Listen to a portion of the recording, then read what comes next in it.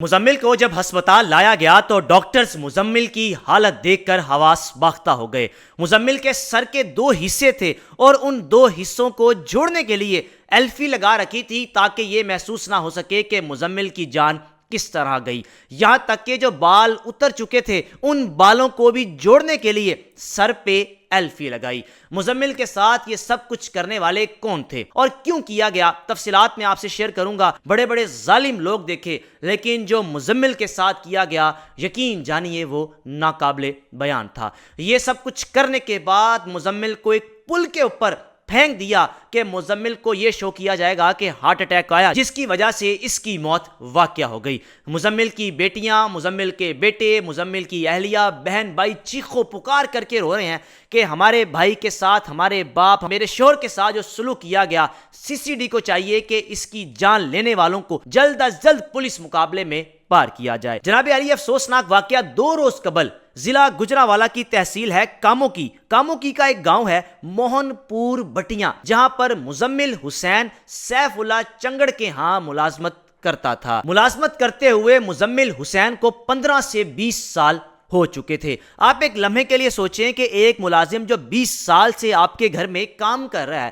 کیا 20 سال بعد اس کے ساتھ یہ سلوک کریں گے کہ اس کو مارنے کے بعد، اور مارا بھی کس طرح، کلہاڑے سے بے دریغ وار کیے گئے، سر کے 2 سے 3 حصے کیے گئے، اور اس بے جان جسم کو یہ شو کرنے کے لیے کہ ہارٹ اٹیک آیا، ایلفی کا استعمال کیا گیا۔ کس حد تک مزمل حسین کے بے جان جسم کو اذیت دی گئی۔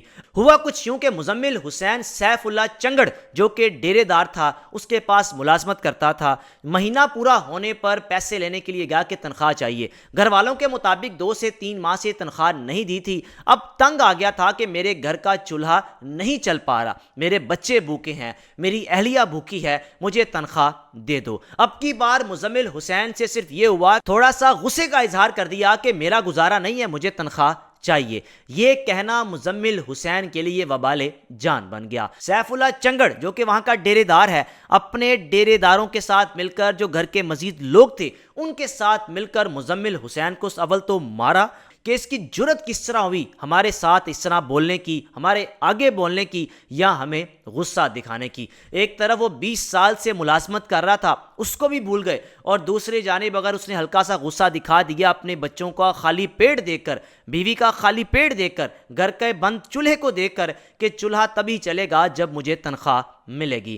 پھر اس کے بعد ان ڈیرے داروں نے کیا مزمل حسین کو مار پیٹ کرنے کے بعد خون نہ ملا، جناب علی کلہاڑا پکڑا اور کلہاڑے سے وار کیا۔ جب دیکھا کہ یہ تو ختم ہو چکا ہے، اب اس کو کیا رنگ دیا جائے، کیا شکل دی جائے اس کے بے جان جسم کو، یہی حل ہے کہ یہی کہا جائے گا کہ اس کو ہارٹ اٹیک ہوا۔ ہسپتال لے جانے سے پہلے ڈیرے داروں نے کیا ایلفی، بار بار یہ لفظ استعمال کر رہا ہوں کہ ایلفی سے ہم چیزوں کو جوڑنے کے لیے استعمال کرتے ہیں، کوئی پلاسٹک کی چیز یا کوئی لکڑی وغیرہ، کچھ اس طرح کی چیزوں میں ایلفی ڈال کر کے بھی چیز جڑ جائے گی۔ ان ظالموں نے سر کو جوڑنے کے لیے ایلفی کا استعمال کیا اور سر پہ مسلسل ایلفی ڈال کر اس طرح سر کو چپکتے رہے کہ کس طریقے سے یہ سر جڑ جائے۔ اب جو بال اترے ہوئے تھے ان بالوں کو بھی جوڑنے کے لیے ان ظالموں نے، ان درندوں نے ایلفی کا استعمال کیا کہ شک نہ ہو، ڈاکٹر کے پاس لے کر جائیں، محسوس نہ ہو کہ سر کے 2 حصے ہیں، سر کو مکمل طور پر ایلفی کے ساتھ چپک کر یہ ظالم درندے ہسپتال لے گئے۔ اب ڈاکٹرز تو آگے بے وقوف نہیں بیٹھے ہوئے، ڈاکٹرز نے کہا کہ اس کی جان ہارٹ اٹیک سے نہیں گئی۔ فوراً سے اس ہسپتال سے خاموشی سے، ڈیرے دار تھے نا، پیسے والے تھے، ڈاکٹرز بھی شاید آگے سے نہیں بول سکے، ڈاکٹرز نے حالت دیکھ لی تھی، ان کو محسوس ہو گیا تھا کہ ڈیرے داروں نے اس پر ظلم کیا ہے، کیونکہ چہرے کی حالت کچھ اور ہی بتا رہی تھی اور خون وغیرہ سب کچھ صاف کیا۔ اب جب نظر آیا کہ بھئی معاملہ خراب ہو رہا ہے، ہم پھنس جائیں گے، مزمل حسین کے گھر کے قریب ایک پل تھا، اس پل کے قریب مزمل حسین کے بے جان جسم کو پھینک دیا۔ پھر اس کے بعد جب علاقے والوں نے دیکھا کہ تو مزمل حسین ہے، گھر والوں نے ڈیرے داروں سے رابطہ کیا کہ مزمل حسین کو کیا ہوا، لوگ کہہ رہے ہیں کہ وہ گرا ہوا ہے، تو یہی کہا کہ ہمیں نہیں معلوم، ہو سکتا ہے کہ ہارٹ اٹیک ہوا ہو۔ جناب علی پولیس موقع پر پہنچی، پولیس نے آ کر جب دیکھا، پھر پوسٹ مارٹم وغیرہ ہوا، یعنی چیزیں جب سامنے آئیں تو پتہ چلا کہ مزمل حسین پر کلہاڑے سے بے دریغ وار کیے گئے۔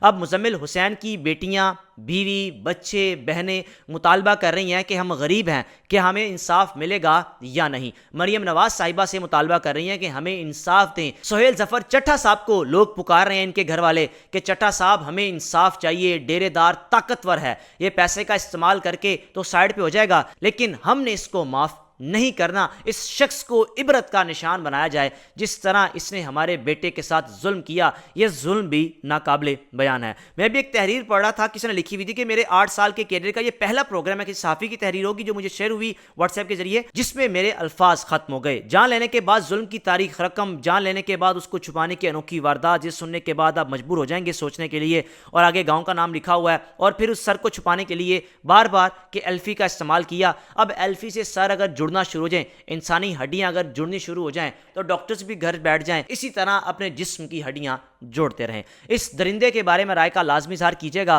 اور آپ کیا کہنا چاہیں گے کہ آخر اس حد تک ظلم کرنے والے نے کیا سوچ کے سب کچھ کیا؟ یا تو یہ شخص عادی مجرم ہوگا اور اس سے پہلے بھی کئی لوگوں کی ایسی جان لے چکا ہوگا، جس نے بڑی آسانی سے سر پہ کلہاڑوں سے وار کیے۔ میزبان کو اجازت دیجیے، اللہ حافظ۔